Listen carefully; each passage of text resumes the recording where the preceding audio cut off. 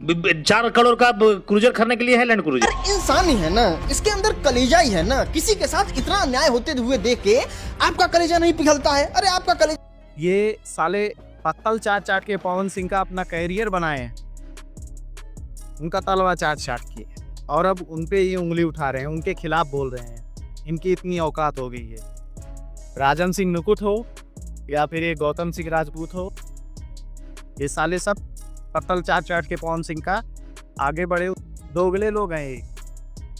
भाई गौतम सिंह राजपूत दोगला और राजन सिंह मुकुट, तूने शुभम जो भैया है शुभम सिंह, उनके ऊपर भी उनका भी पर्सनल मैटर लेकर आया साले तो कौड़ी के ऊपर। इसके अलावा तुमको और कुछ नहीं मिला था। उनका पर्सनल मैटर, उनका फैमिली का मैटर वो तुम सामने रख रहे हो। बात यहाँ पवन सिंह और ज्योति सिंह का हो रहा था, तुम बीच में उनको भी लेकर आए।